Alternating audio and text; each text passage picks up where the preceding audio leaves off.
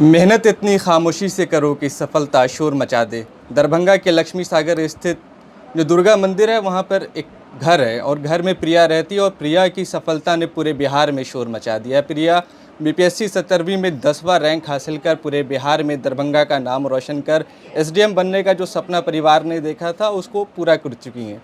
प्रिया, सबसे पहले आपका बहुत स्वागत है। कितनी खुशी हो रही है, आप एसडीएम बन चुकी हैं?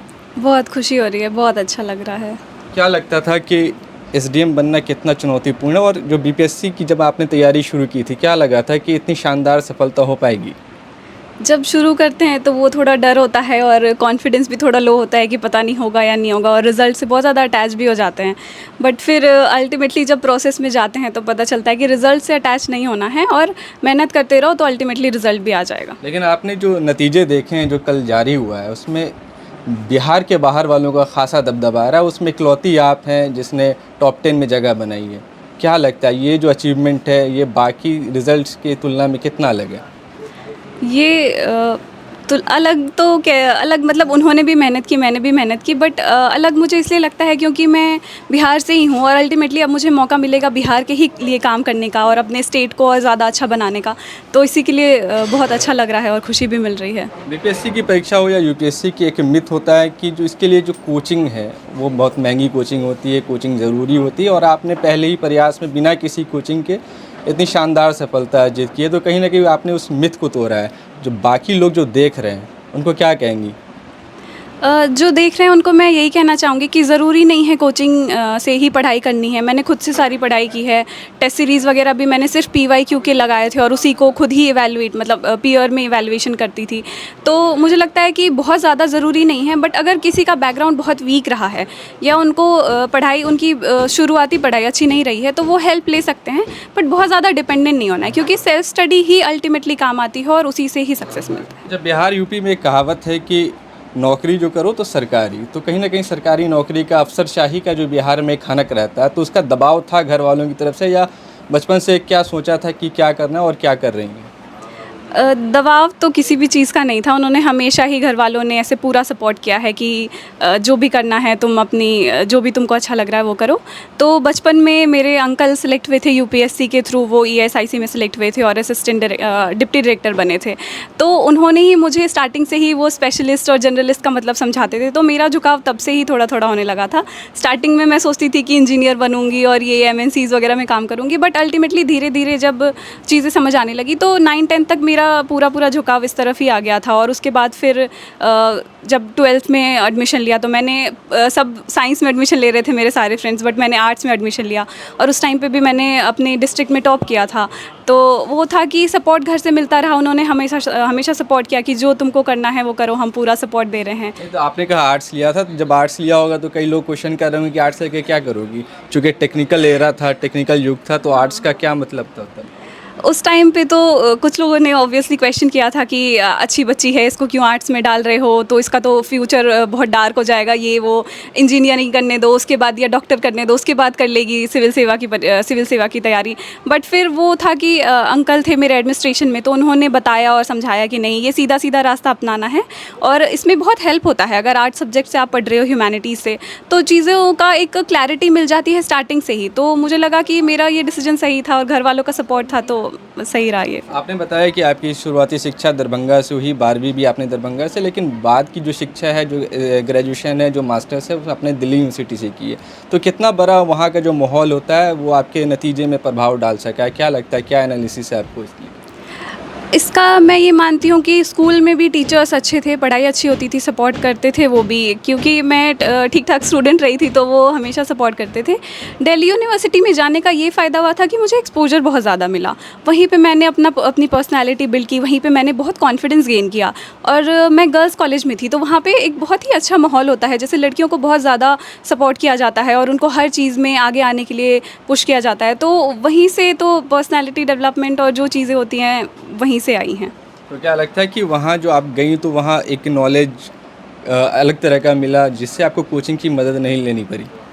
हाँ, ये तो डेफ़िनेटली है क्योंकि हमारी क्लासेस कंपलसरी होती थी और 75% अटेंडेंस चाहिए। तो वो लोग वहाँ सिर्फ अटेंडेंस के लिए नहीं जाते थे, पढ़ने के लिए जाते थे। तो इसीलिए बेसिक क्योंकि स्ट्रॉन्ग रहा और सपोर्ट कॉलेज पढ़ाता था और अच्छा रहता था, तो क्लासेस करने के बाद फिर ज़रूरत नहीं पड़ी कि कोचिंग या इन चीज़ों का मतलब डिपेंड होना। अब आप एसडीएम का आपके लिए चयन हो गया है, आपकी क्या भूमिका रहेगी एक पदाधिकारी के तौर पर? क्या आपकी मेंटालिटी है कि किस तरीके से समाज में एक बदलाव लाने की कोशिश करेंगे? जो मैं मानती हूँ क्योंकि मैं विमेन हूँ और जितने विमेन ने मुझे सपोर्ट किया है, तो मैं यही मानती हूँ कि मैं विमेन एम्पावरमेंट पे ही मेरा फोकस रहेगा कि मैं उनके लिए ही काम करना चाहती हूँ। सब इसके बारे में बात करते हैं बट एक्चुअली में मुझे उन्होंने ही इतना ज़्यादा सपोर्ट किया है, तो मेरा झुकाव उस तरफ ही है कि मैं उनके लिए ज़्यादा और सभी लोगों के लिए तो करना है पूरा। अगर प्रशासन में है तो हर किसी को इक्वल अमाउंट ऑफ इम्पोर्टेंस देनी होती है, उनके लिए करना होता है, सेवा भाव होनी चाहिए। लेकिन जो एक विमेन का एक थोड़ा सा पेट्रियार्कल माइंडसेट यहाँ थोड़ा होता है, तो इसलिए थोड़ा झुकाव है कि उनके लिए थोड़ा बेटर कर पाऊँ। लेकिन फिर सवाल वही है ना कि लोग अफसर बनने के बाद ये चीज़ें, ये बातें भूल जाते हैं शायद। ऐसा तो मैं नहीं मानती हूँ क्योंकि जिनको काम करना होता है वो चाहे अफसर बने या ना बने, इवन एनजीओ वगैरह में भी लोग काम करके अगर समाज के लिए सुधार का वो ट्राई अगर करना चाहते हैं तो वो करते हैं। तो वही सबके सफलता के पीछे अक्सर कहानी आती है कि परिवार का बड़ा योगदान होता है। इन परिवार के अलावा जो एक फ्रेंड सर्कल होता है, सबसे ख़ास भूमिका उसकी होती है, उसके बारे में क्या कहें? फ्रेंड सर्कल डेफिनेटली बहुत इम्पॉर्टेंट होता है और जो फ्रेंड्स होते हैं ना, अगर वो आपके जैसे ही हैं, जिस फील्ड में आप हो, अगर वो उसी फील्ड में हैं और वो आपको सपोर्ट कर रहे हैं बहुत ज़्यादा, तो उनका बहुत पॉजिटिव रोल रहता है। जैसे मेरी एक फ्रेंड है, वो मेरी स्कूल से फ्रेंड है और उसने मुझे हमेशा सपोर्ट किया और उसको था कि तेरा हो जाएगा, मुझे पता है तेरा हो जाएगा, तो हमेशा सपोर्ट करती थी। अगर मैं कभी दुखी भी होती थी तो मैं उसके पास जा सकती हूँ, अपनी बातें रख सकती हूँ। जो मेरे बेस्ट फ्रेंड वगैरह हैं तो वो हमेशा ही सपोर्ट करते थे। तो अगर एक पॉजिटिव माहौल मिल रहा है फ्रेंड्स के साथ तो अच्छा है। बट कई बार होता है कि जो फ्रेंड्स होते हैं वो डाइवर्ट करते हैं, ऐसी मतलब गलत चीज़ों में भी उलझाने का ट्राई करते हैं या ढंग से सपोर्ट नहीं करते। लेकिन मेरा फ्रेंड सर्कल थैंकफुली बहुत अच्छा रहा था और उन्होंने मुझे बहुत सपोर्ट किया। तो एक महत्वपूर्ण सवाल ये है कि आपने बताया कि बिना किसी कोचिंग के आपने ये सफलता पाई है, तो प्रिया ने कैसे तैयारी की, क्या पढ़ाई की, कहाँ से पढ़ाई की, उसके बारे में थोड़ा सा जानकारी दें। प्रीलिम्स की तैयारी तो मैंने जो बेसिक बुक्स होते हैं उन्हीं से किया था, जैसे पॉलिटी वगैरह के लिए लक्ष्मीकांत करते हैं और ये जो बेसिक बुक्स थी वो सारी की थी। थोड़ा फैक्चुअल नेचर है एग्ज़ाम का, तो उसके लिए मैंने लुसेंट वगैरह का भी यूज़ किया जिससे कि फैक्चुअल इन्फॉर्मेशन और ज़्यादा डेवलप हो सके। उसके बाद जब मेंस का टाइम था तो उसमें मैंने सिलेबस कंप्लीट करने से ज़्यादा फोकस किया कि मैं आंसर राइटिंग बहुत ज़्यादा करूँ। तो उस टाइम पर मैंने 5-6 साल के जो क्वेश्चन थे उनको मैंने 2-3 बार ऐसे बहुत ज़्यादा क्वेश्चंस लिखे, सिर्फ आंसर लिखना बहुत ज़्यादा, उस पर 3 घंटे का टाइमर सेट करके मैं और मेरी एक और फ्रेंड थी, तो हम दोनों बैठ के आंसर लिखते थे और फिर एक दूसरे का आंसर इवैल्यूएट करते थे। तो ये बहुत उस टाइम पे हेल्पफुल रहा। उसके बाद कुछ टाइम तो बीच में थोड़ा लंबा गैप हो गया था इंटरव्यू के लिए, बट जब इंटरव्यू का टाइम आया तो फिर मेरा एक पीयर ग्रुप था, 3-4 लोग थे हम वहाँ पे। तो हम वहाँ पे फिर डिस्कशन करते थे ऑनलाइन, क्योंकि सब अलग अलग जगहों पे थे, तो हम फिर ऑनलाइन डिस्कशन करते थे और उसके बाद हर दिन हम एक दूसरे से क्वेश्चंस पूछते थे। और जैसा इंटरव्यू का माहौल होता है हम वो डेली करते थे, तो इसीलिए मुझे बहुत ज़्यादा मॉक देने की भी ज़रूरत नहीं पड़ी, क्योंकि मैं वो 3-4 महीने तक मैंने कंटिन्यूसली डेली डिस्कशन किया, तो वो बहुत ज़्यादा हेल्प। कहा जाता है कि बीपीएससी जो है या यूपीएससी वो 5 वर्षीय योजना, मतलब लगभग लंबा समय लगता है, 5 साल का समय लगता है, लेकिन आपको कितना समय लगा इस चीज़?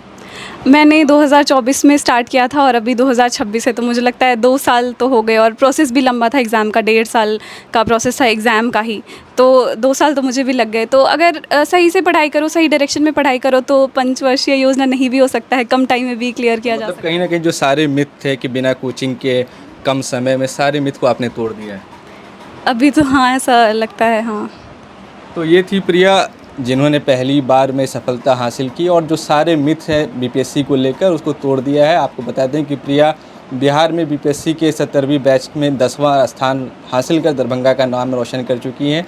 इनके माता पिता के बारे में हम जानेंगे कि आपके पिता और आपकी फैमिली का क्या बैकग्राउंड है, कितना सपोर्ट रहा उनका। मेरे पापा जो हैं वो मसाला व्यवसायी हैं, उनका छोटा सा बिज़नेस है। उसके बाद जो मम्मी है वो होम मेकर ही हैं। कुछ टाइम उन्होंने टीचिंग की थी बट फिर इवेंचुअली छोड़ दिया था। भाई है वो बैंकिंग की तैयारी करता है और बैंक में इंटर्नशिप भी करता है। उसके साथ साथ ही जो मेरे अंकल वगैरह हैं हेडमास्टर हैं और एक एडमिनिस्ट्रेटिव उस डिवीज़न में ही हैं, रीजनल डायरेक्टर हैं।